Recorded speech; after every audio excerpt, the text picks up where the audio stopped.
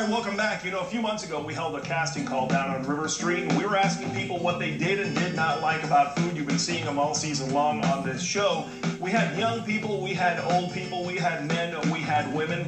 At one point, we had a 13-year-old young lady come and sit down with us, and immediately we went, wow, we have to invite her back. And here she is. Her name is Savannah Fuller. How are you, young lady? Hi, I'm good. How are you? I'm just fine. Welcome. Savannah's Thank you. putting together one of her favorite dishes. She says it's healthy, she says it's fun, and it's good for kids. Tell us what it's called. So this is my Mexican Fiesta Casserole.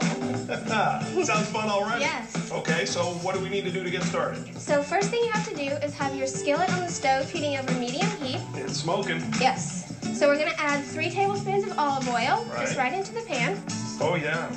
And now what you have to do first is I have 1 medium onion chopped, and you're going to add that into your pan with the olive oil. Sizzle. Yes. That's the flavor. Hear that sizzle. All right, let me get the last little bit of it for you. Yes, thank you. All right. And what you want to do is you want to sweat your onions. And the way you do that is you add salt to bring out the moisture.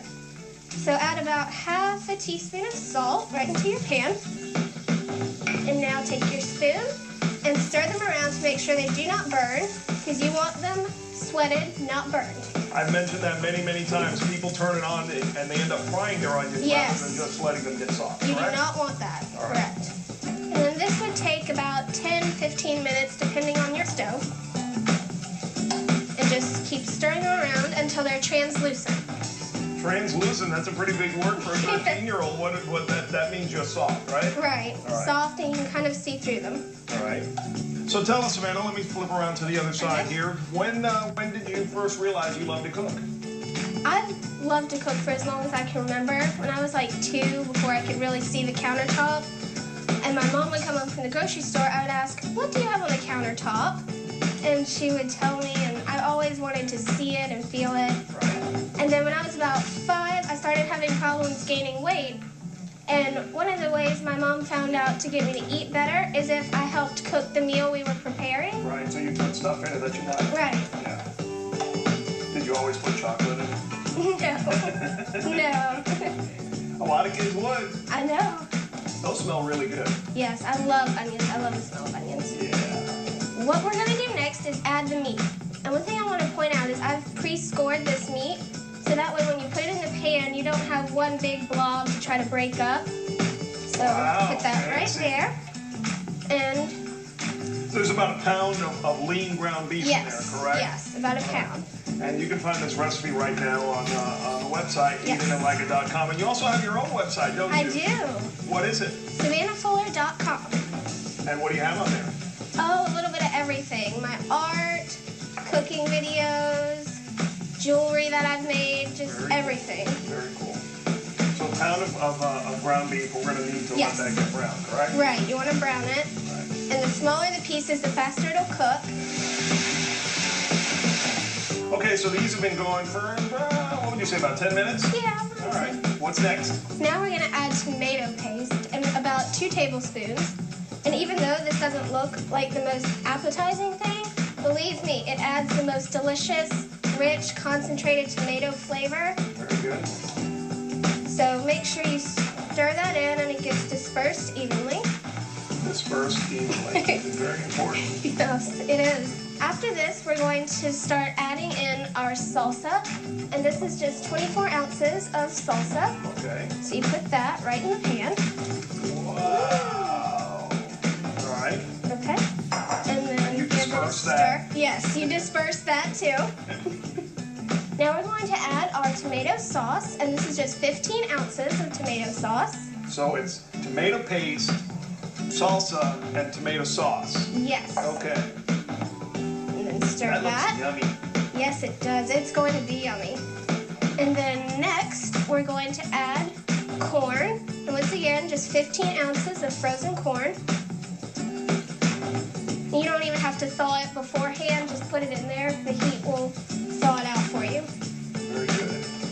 And now we're going to add 1 15-ounce can of black beans. And then just stir that all together. And turn the heat down a little bit because you don't want it to boil.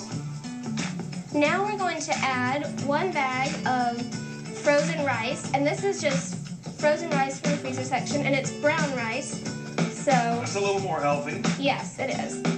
Okay, so we disperse the rice. Yes, we disperse the rice. Yeah. And now I'm going to add some chili powder and just sprinkle that over the top.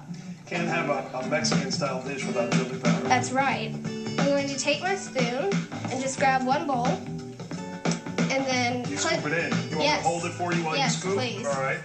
And that way you have your own little individual serving. Very nice. And I find that about 2½ spoonfuls should do it because you don't want it to overflow. Okay.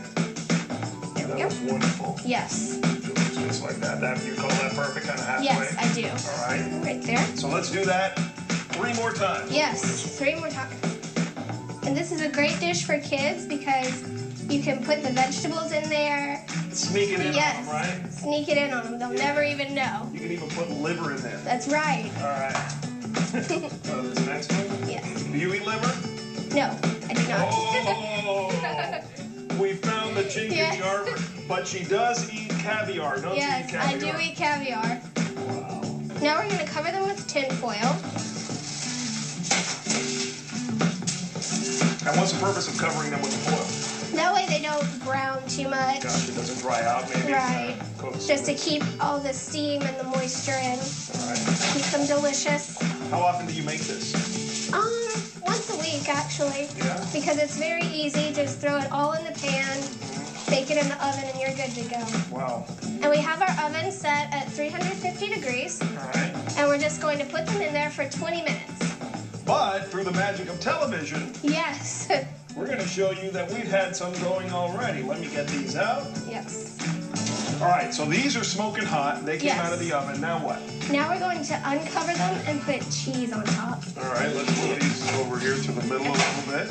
That's very hot. Yes. So I just have a blend of 4 Mexican cheeses. Wow. And just so you know, this is not the fat-free kind. Because the fat-free kind is not good for melting. It gets hard and it actually doesn't melt. So what I like to do is splurge on the real cheese and just use less of it. So now we just take the cheese and put it over the top. We need more than that. Thank you. Yes. Make this one mine. I like them. Okay, that's right. All right. And now we're going to bake them uncovered for another 10 minutes. Okay, Savannah, so those have been going for a few minutes. Let's take a look. You tell us if they're ready. That looks good to me. It does? It All right. does. Let's pull them out. Whoa! Well, they do look good. Yes, cheese is nice and bubbly. But you know what? I saved the cheese because I want more. Which one was mine? Mine was this cheesy one up here, right? That's right. Yeah, you can never have enough. No, you can't. All right, well, we're going to plate these up. We're going to set up a little party, and we'll be right back to eat them. That looks good. Eat It and Like It is brought to you by 98.7 The River. The most music, the best variety. All right, welcome back. We're going to eat. These look wonderful, Savannah. Before we get started, we're going to invite another young lady from the neighborhood in here. Come on in, Alexandra. This is my daughter, Alexandra. Say hello to Savannah. She's from Savannah. Alexandra was born in Savannah as well. We're going to have a little bit of sangria. This is Savannah's recipe. We wanted to make absolutely sure that everyone understands that no vineyards were harmed in the process of this sangria. They are totally non-alcoholic. That looks wonderful. What do you think, Alexandra? Does it look yummy? Okay. What is it called again, Savannah? Mexican Fiesta Casserole. All right. Well, let's eat. I'm going to move this down so I can share it with Alexandra. And always put your napkin on your lap, right? No, never. Always a troublemaker. Cheers, everyone. Alexandra. Here's to a wonderful meal. We're going to dig in and eat. Here you go. You can have a chip. Yummy. Ooh, look at that. Ooh. I want to eat it just like that. We're going to continue this party. And we will see you next week on Eat It and Like It. Thanks for joining us. Thank you, Savannah. You're welcome. Thanks for having me.